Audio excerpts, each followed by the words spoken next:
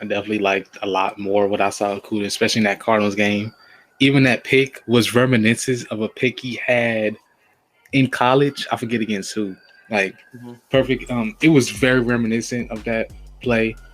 He catches up with the ball. I mean, he's running with the receiver side stride, undercuts it, gets the pick, then starts running back, get us in field goal range. He improved over the game. Honestly, even in the game when he was in coverage, a lot of it was like the little things. Like when he got beat early in the game at DeAndre Hopkins, throughout the route, they're running step for step. But then at the top of the route, DeAndre Hopkins kind of pushes off, but it's kind of a veteran move that the refs ain't gonna call. So he kind of pushes off, gets a little separation, just gets separation because Okuda was right over him. Just little stuff like that. So I think at the moment, he's still adjusting, but like it's less of an adjustment period. Like he got, even when he even all the yards he gave up to D-Hop is mostly because the Lions said, "Oh, we're gonna." I mean, then they kind of said, "We're gonna give you those yards. You can have those yards. You can have them 10 yards, but you're not gonna have 40, 50 yards." Mm-hmm. So, because I don't know, they trusted how anybody on this team to deal with DeAndre Hopkins at the line of scrimmage. Even though I feel like Okuda held up pretty well at that against. Can I say something real quick, Tom? Yeah. Hey, did you like how when they took out Okuda, Hopkins actually was balling a little bit more compared to when Okuda was actually guarding Hopkins? They took Okuda out because he was tired. Yeah. Boy, the Cardinals said, "Oh yeah, we going straight to him." Yeah. It's like, hey, throw it at him. Got him in motion. Throw it at him again. I was like, oh dang. I was like, Okuda ain't look that bad, didn't she? Can I bring up something too? Yeah, go when ahead. When they tried to do that screen and Okuda just smacked him. Oh, yeah. Oh, that was such a great play. Yeah. No other quarter on our team does that, but maybe Trufant. That's facts, man. That was a smack. That was a bulldozer. Yeah. Just like this question is from Jorge. #ISN. It says, do you think Patricia is gone on the next loss? Let's say W Sunday and an L next week. Well, it would have to be Sunday because we have a bye week next week. So if we lose today, Sunday, does he get fired on Monday? I hope so, because I want to start a whole new. I want everybody gone almost. Like, if you're not a rookie, if you're not a second-year player, and certain third-year players, and obviously your stars like a Kenny Golladay, guys like that, your Taylor Deckers and things like that. Outside of that, I want to see I want to see brand new players. I want to see brand new coaches, general manager. If we can get a new owner, I'd rather take a new owner as well. But realistically, I don't think it's going to happen, but I want it to happen. Absolutely. Antonio Hightower, if we lose, is Patricia gone? If we lose, I don't think he's gone, but I think because of this Cardinals game, a lot of people expect us to lose this game. So the hot seat was really burning. And if you lose it Sunday, the hot seat's going to be, hot. But, it's just basically going to be at a point where he might not get fired, but he's not that far away from getting fired. So if he loses Sunday, I don't think he gets fired, but I think he's a lot closer to getting fired. Dern, fire or no fire? I've been thinking about this a lot. And you know how I don't like this guy, but I think they'll probably wait until the end of the year. And there's a simple reason, because if you fire him now and you put an intern head coach in and they do really well, they're obligated to keep him. So you're not going to get the choice at the person that you actually want at the end of the year, like your the guy from the offensive coordinator from the Chiefs, or Salah, or I can't remember how to pronounce his name. Bieniemy? Yeah, thank you. Eric Bieniemy from the Kansas City Chiefs. Your odds of getting them are much slimmer. Antonio Hightower is Jibron Curse going to have more playing time than just Slim? What do you see on him on Sunday? The question is, will he play? Because he hasn't, it's really about, is he in game shape? It's the difference between working out by yourself and being in NFL shape. Even though I don't think he'll be a starter, but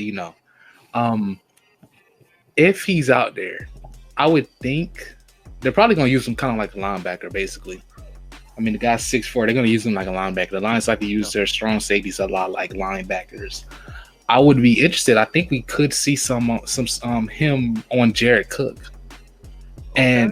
And if he's good at that, then I think we could see a lot of him just matched up with Jared Cook, and maybe you see Tracy Walker going on to match up with Alvin Kamara. But that's if he does a good enough job and they believe he can handle that.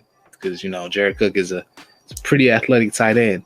But that's kind of like what I think his role would be, kind of like they kind of use him as like a linebacker, safety, a linebacker, take out some of them guys on passing down. So instead of being like Jamie Collins and Tavai or anybody else, it'll probably be like Jamie Collins and Curse.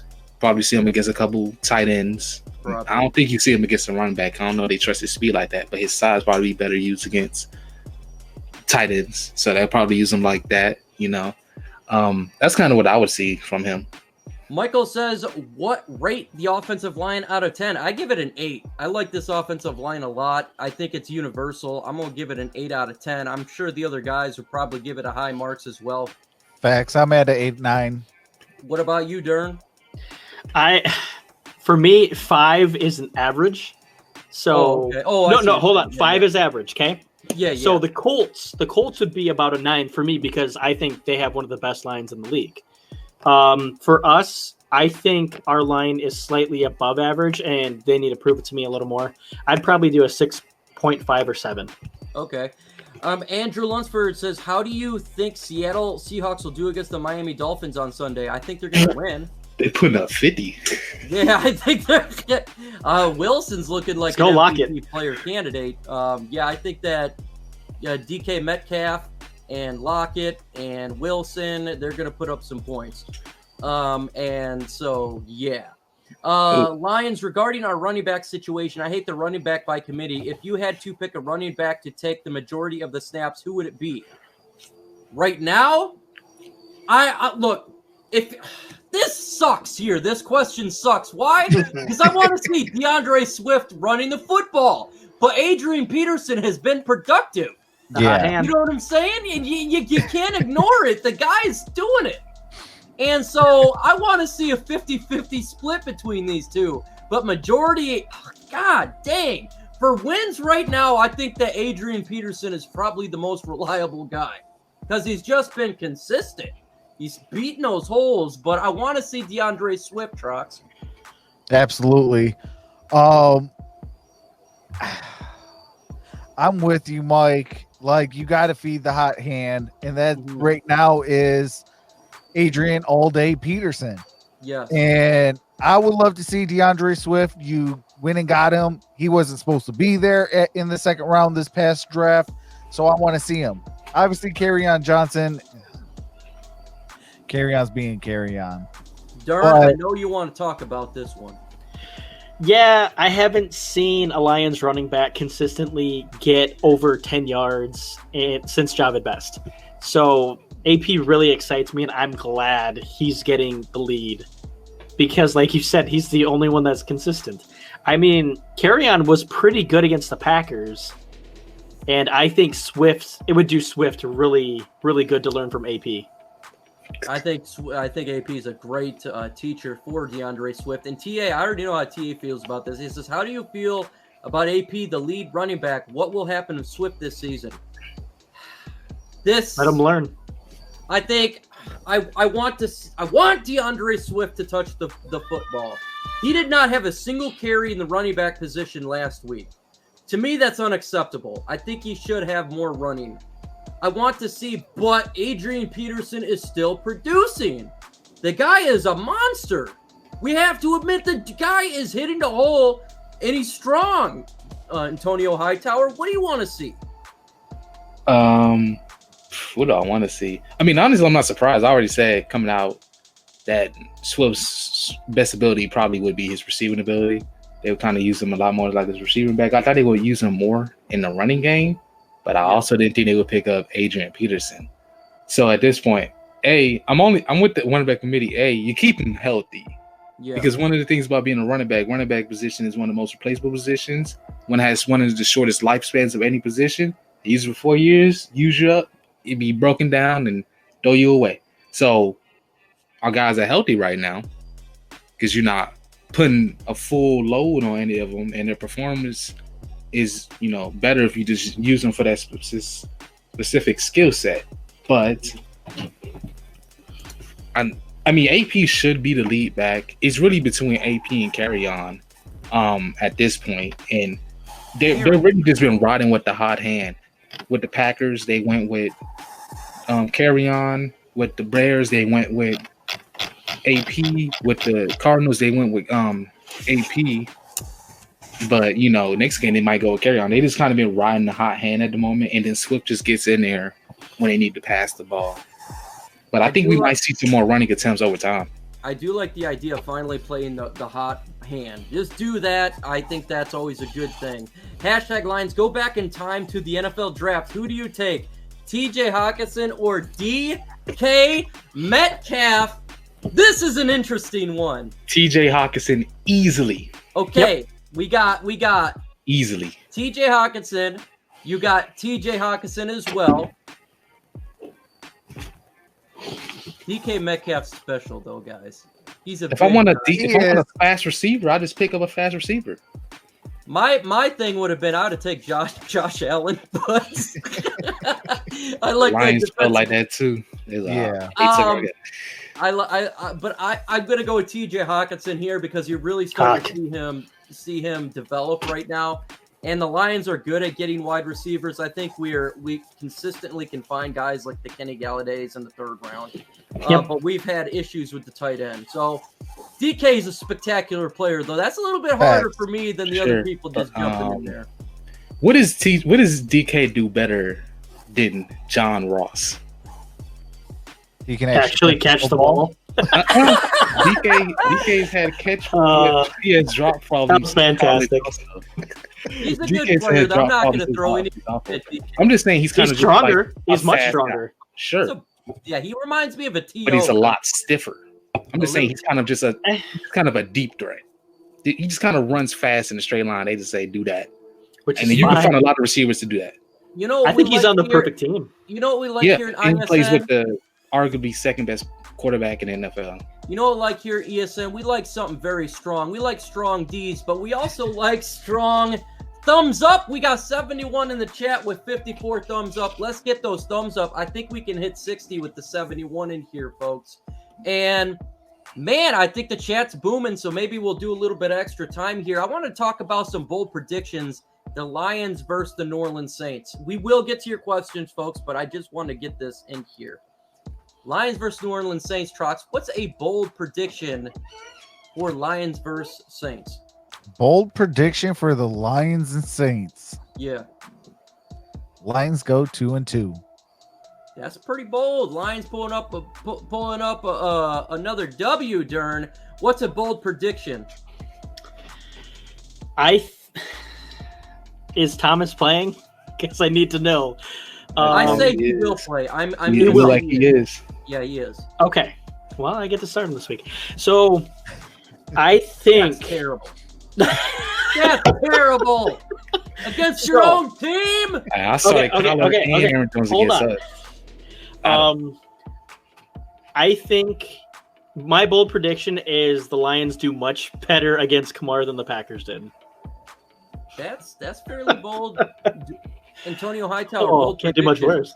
And score. I want you to give your score because you haven't given your score. I predicted loss. The other two predicted loss. I said 37-34 Saints. I think the other guys said nearly the same thing. Gridiron said victory. What say you? Give a bold prediction and give a score prediction. Julian Okwara gets his first NFL sack. Nice. I like it. And At the moment, if I guess that if I'm going that Jamie Collins, I mean not that if I'm going off the thought that Trufant and Curse will both play, even if Thomas does play, I'm gonna go with 23-26 Lions. Actually, no, not 23-26. I'll say that's a little short. 27-30 Lions. 27-30 Lions. Okay, Lions win by 3 by Antonio Hightower. So out of ISN, 2 picked Detroit Lions and 3 picked the New Orleans Saints. So almost 50-50. Kind of like the prediction odds because ESPN has 66% chance. I think it's something around there for Saints winning. So it's going to be a close and fun game. Big props from MicroMike for bringing Matt Patricia on here. Yes, this is actually Pat Patricia. This is Matt Patricia's long-lost brother, Pat Patricia. We appreciate Pat Patricia for being on here. Black Rose 641, welcome to the chat. I've never seen you in here. And he says 31-25 New Orleans. Yeah, I have New Orleans winning as well. I just think that they're not going to lose 3 in a row. I don't know, man. It's going to be hard for me. Bold prediction. Matthew Stafford throws for 400 yards. This is going to be an offensive game. Matthew Stafford throws for 400 yards. Drew Brees for over 400 yards. I think it's going to be a combined, could be even hitting almost 900 or 1,000 yards all, running and passing all together. But I'll say they both throw for 400 yards, both quarterbacks. That's pretty bold. Bold prediction. Bob Quinn quits wasting late draft picks on scat backs.